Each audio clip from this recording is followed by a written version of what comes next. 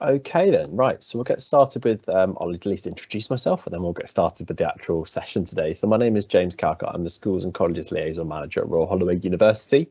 And as you'll see, and hopefully you will be aware of, we're talking today about clearing and the clearing process.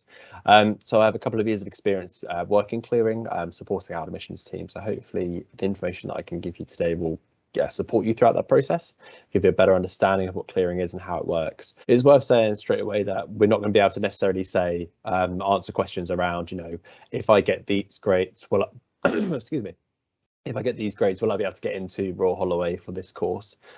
Really specific questions like that, or questions around grades for this year's entry, we won't be able to answer because they've not been published yet, and obviously they're very speculative as well.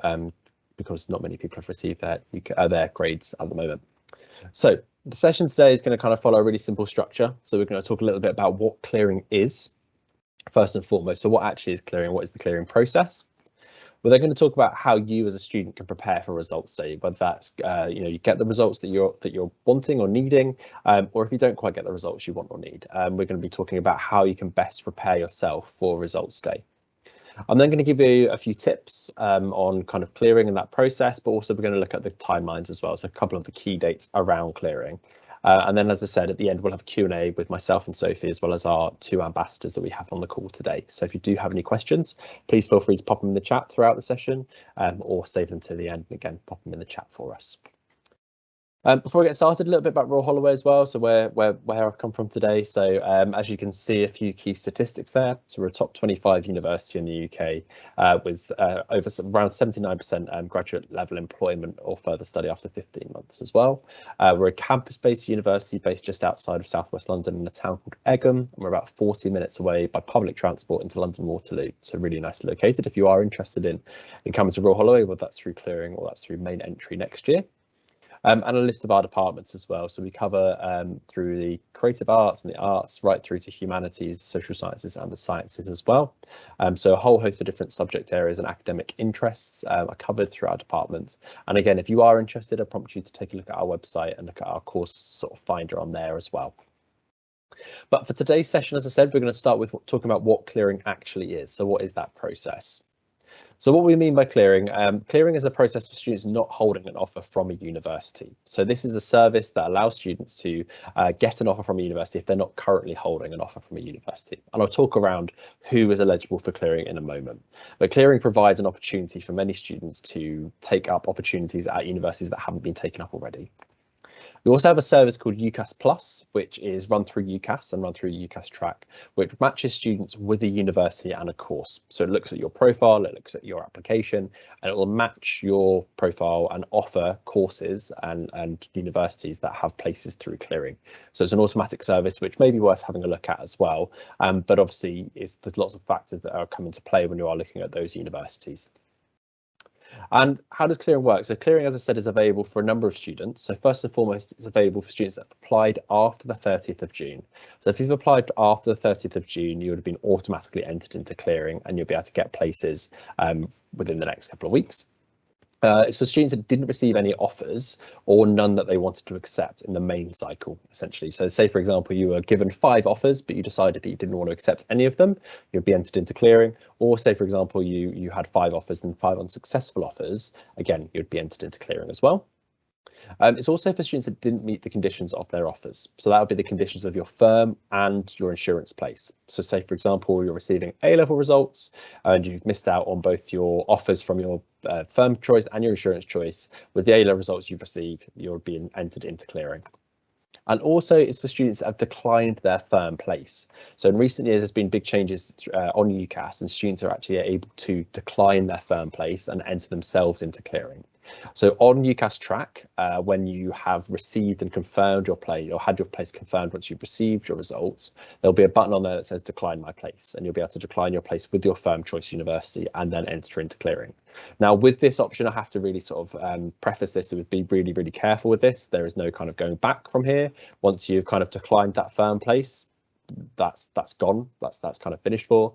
So my advice would be, if you are considering your options and looking elsewhere, receive verbal offers over the phone from universities first before declining your place. And once you've received an offer that you'd like to take up over the phone, and it's a verbal offer, then I'd recommend declining your place and entering into clearing, and you can go through the normal process from there. And kind of building on this, so as I said, your UCAS track will tell you if you're in clearing, if you've been entered into clearing for a number of those different factors we just talked about. You can begin to look at vacancies. That's usually published a few weeks before A-level results day, and you can have a quick look through those and see what universities are offering. Not every university will advertise the availability of their courses and what grades they're asking for. That may be you'll only have to be able to find that information over the phone by bringing up the universities on the main clearing date. You can begin to look at UCAS search or other university websites as well to find out kind of what is available and see what universities can offer you at the moment, or kind of a general idea of what's going to be available to you and the good universities to go to.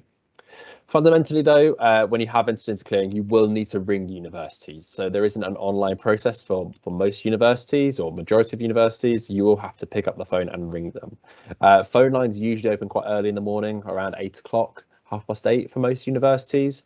So once you've received your A-level results and you've checked your UCAS track and you've seen that you're in clearing, you will then have to pick up the phone and ring those universities.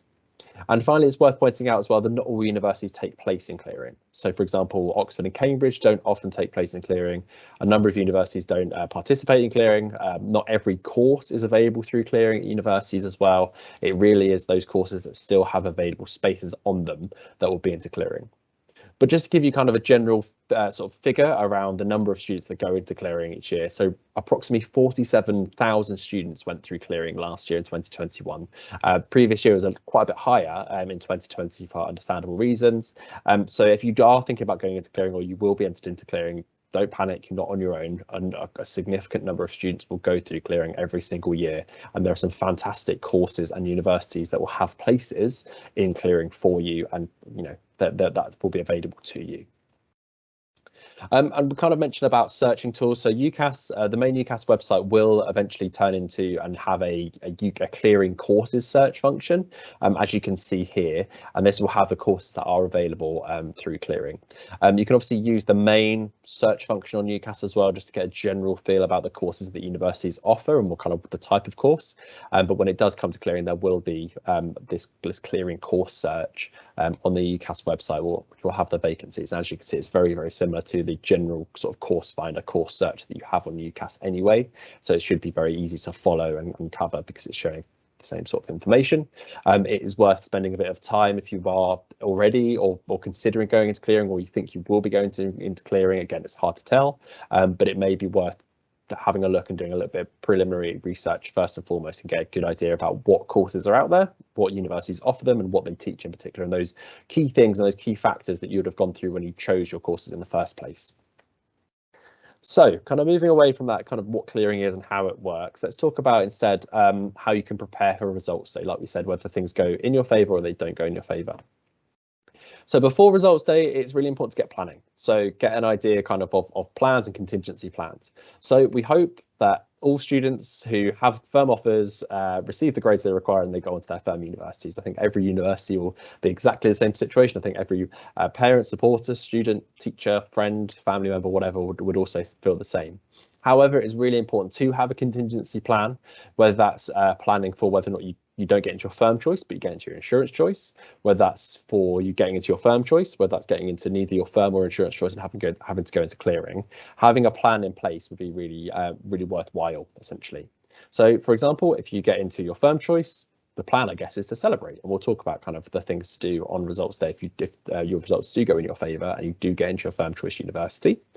If you get into your insurance choice university, it's worth considering whether or not you do want to take up that offer, or if you would like to enter clearing. Again, not every student would necessarily you may have had a change of mind, or you may instead want to see kind of what is out there. So it might be worth having a look there and making a list of some universities that you want to see what courses and what they offer. And obviously, if you are thinking that you may be going into clearing, whether that's because you don't feel like your grades will meet the requirements, or for whatever reason you applied past the 30th of June, or you're planning on declining your place at your firm choice, whatever it is, obviously begin planning. When we say planning, obviously courses, universities, telephone numbers as well, and any other important questions that you need to ask. That's really wise to do. With that final one about, planning to be going into clearing because you think your exams or your coursework hasn't gone as well as possible, again, take that with a pinch of salt. It's not always the case that it didn't go perhaps, as bad as you may have felt it did. Sometimes offers or students are confirmed with lower grades than they were asked for. There's a whole host of different moving parts within this. But as I said, having a plan in place is really wise so that if you do have to, or, if you have to go into a plan B or a plan C, they are there for you. Get researching as well, like we've kind of said or mentioned already in this section. Go and start researching, kind of get an idea of what's out there and a good idea of how everything works. I said if you can visit universities over the summer, whether that's kind of on your own with a student ambassador or on a particular open day or something, and universities that you're considering going to through clearing or your insurance place or whatever, then do so. Otherwise, like we've seen, use UCAS, use other third-party sources that you would have used in the first instance when you're applying to university. Speak to your school and college, speak to kind of your careers advisors, college counsellors, people like that, and get a better idea about what is out there and what's available to you.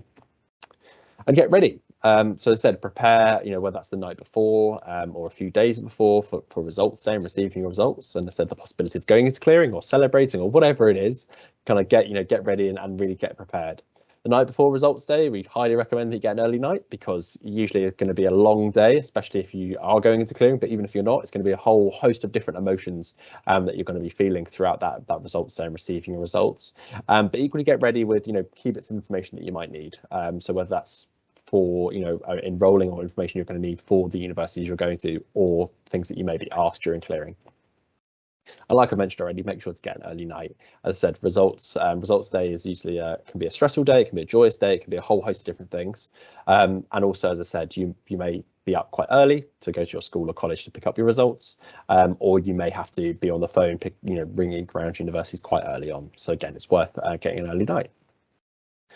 So if you get the grades that you should get, so the grades that you're predicted or you're expecting, first and foremost, the thing to do is check your UCAS. So let's say in a scenario, you've gone to your school or college, you've picked up your results, you've got the grades you expect. Check your UCAS, basically, have a look on there, just double check that your place has been confirmed and as it should have been, because if you have got the results that they've asked for, it should have been confirmed. Then await your confirmation. So that will be a confirmation on UCAS Track, but that will also perhaps be an email as well from the university just saying, congratulations, you're coming to us in September. Well done. We look forward to seeing you soon. Start planning. This is kind of the exciting part, I guess. You've done the logistical bits, you've checked your UCAS, you've awaited confirmation and received that. So begin planning, whether that's doing last minute bits of shopping to pick up things for your flat or your room or wherever, whether that's connecting with friends on social media or people that you're going to be moving in with, whether that's researching local jobs in the area, part-time jobs at the area of the university, whatever that is, start planning and start thinking about that big step that you'll be taking a month or so later on. And finally, and most importantly, is celebrate that success that you've achieved, the things that you've achieved, especially in difficult circumstances over the last couple of years, and really take some time to reflect and celebrate on the achievements that you've got. And I said, start looking forward to the next 3 years of your life going on to university and all the exciting opportunities that presents. The other side of that, if you don't get the grades you should, again, the first step is the same. Check your UCAS. So say, for example, you've opened your grades at school and you've received, your offer was A, B, and you've received A, B, B. Okay, you may be thinking, oh, I haven't got the grades I needed. That means I'm not going to get in, or I haven't got my place at my firm choice university. That might not be the case. UCAS is kind of gospel on this. It will kind of tell you the exact truth. So even if you've missed your grade slightly and you go onto UCAS and your firm choice has still confirmed your place, that will be the correct course of action. You won't need to ring the university. You won't need to double check. If it's on UCAS, then that is the correct process, essentially. So get your grades and check UCAS. It's make sure you do both of those. So even if you have missed out on the grades, still check your UCAS to make sure that you have been if you've been confirmed or not. Second one's easier said than done. Let's stay calm. Again, this can be incredibly stressful. It can be quite an emotional situation, especially if you haven't received the grades and you are going into clearing, or you might perhaps going to your assurance place university and you hadn't planned for that. It can be quite a difficult time, but try and stay calm. Try and make sure you see it within the perspective that it's in, and just remember that there are loads of different opportunities out there for you, even though they may not have been your plan A. There's lots out there for you, and there's going to be lots of possibilities for you to kind of explore further. The next tip, I guess, is stay at home. So you receive your grades. My advice would be then to go home. find somewhere that's got good phone signal, and kind of make sure that you're in an area that you can kind of do a bit of research and you can kind of remain calm, and it's kind of a good area to ring and kind of get in touch with people. The next one is stay connected. So again, some universities may need to bring you back, or you may have the opportunity to have a telephone conversation with an academic from a department. Again, from a place you've received an offer. So it's important to stay connected. Make sure, as I said, you've got phone signal, you've got Wi-Fi, your phone's charged, your laptop's charged. You maybe have a pen and paper that nearby with key bits of information that you need. So make sure that you're kind of doing that, and keep a record of where you've rung and whether or not you've been given an offer or not. And finally, start early. So these places, usually the offers will be made on a first come by first serve basis. So for some courses, really, really popular courses, it may be a case that if you ring at 9 o'clock on Thursday of A-level results day, you'll be given an offer. But if you ring at 9 o'clock on Friday, that course may have closed. So again, it's worth making sure that you're getting on that early. You're giving yourself plenty of time to plan and get an idea of who you want to call and when and for what course.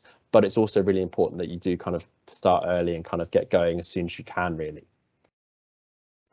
So the things that I've kind of mentioned a couple of times, things that you may need, important bits of information, but what you might need before you start calling universities. So a couple of things that you may need before you start calling the universities. First and foremost is your UCAS login. So your UCAS login is going to be really important, because you're going to have to go back onto UCAS Track once you've received an offer from a university that you want to accept from over the phone.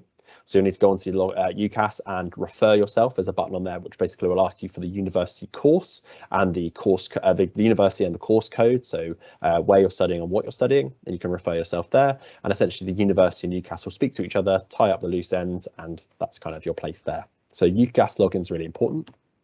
Your UCAS number will also be really important. This can be really, really important for universities when you're ringing them, because it can make things so much easier and a bit speedier for you, so they can look up your application, they can look up you as an individual as well. So UCAS number would be really important to have there in front of you.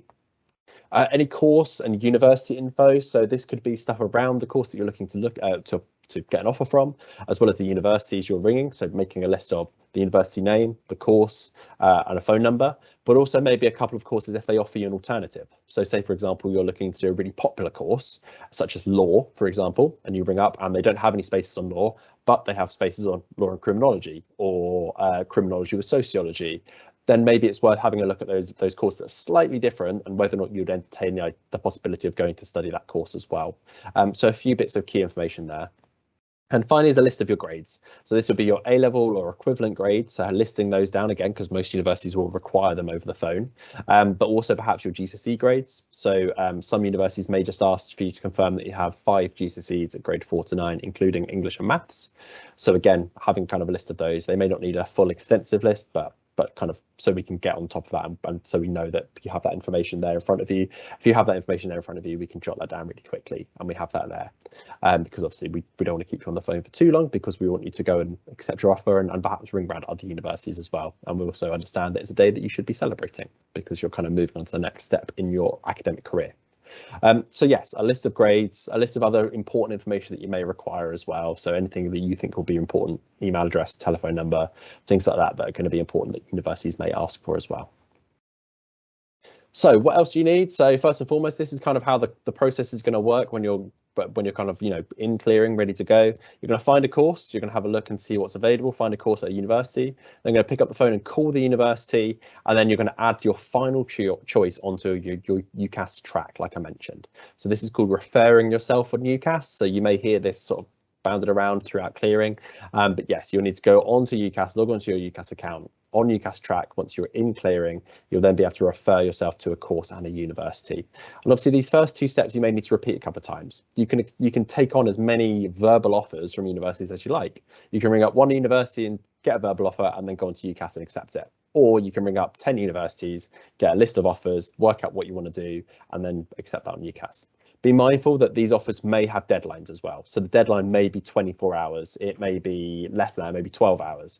So if you are ringing around lots of universities and getting lots of offers, just be mindful that there will be deadlines with them as well, or most of them as well.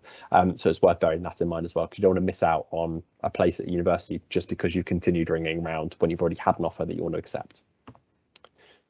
So to kind of wrap up, I guess, and kind of move on to the Q&A part of the webinar, a few tips and timelines. So from a timeline perspective, clearing actually open today. So the 5th of July clearing opens. That's the start of clearing. But the most common date associated, or the most common day associated, I should say, with clearing is A-level results day. That's usually where most offers will be made over on the 18th of August. So again, it's just being mindful of that. Clearing will close on the 18th of October. So there's a good 2 months where clearing is open. But again, not every course, not every university will still be in clearing by the 18th of October. So it's worth bearing that in mind as well. And kind of, I guess, my general tips on clearing and results day, first and foremost, is think about your options. So that, I guess, is beforehand. Start considering what is available and what is out there. So if you are considering what you're looking to do already, so you're unsure about the firm choice university or the course you're looking to do, perhaps come up with a bit of a contingency plan on, whether or not you do change your mind or whether or not you don't get the grades that you may require. But generally speaking, everyone should be considering kind of plan Bs as an option, because you may hopefully not have to use it, but it's worth having it there so you're as prepared as possible. So think about your options. Do your research. This kind of ties in with it, I guess, as well.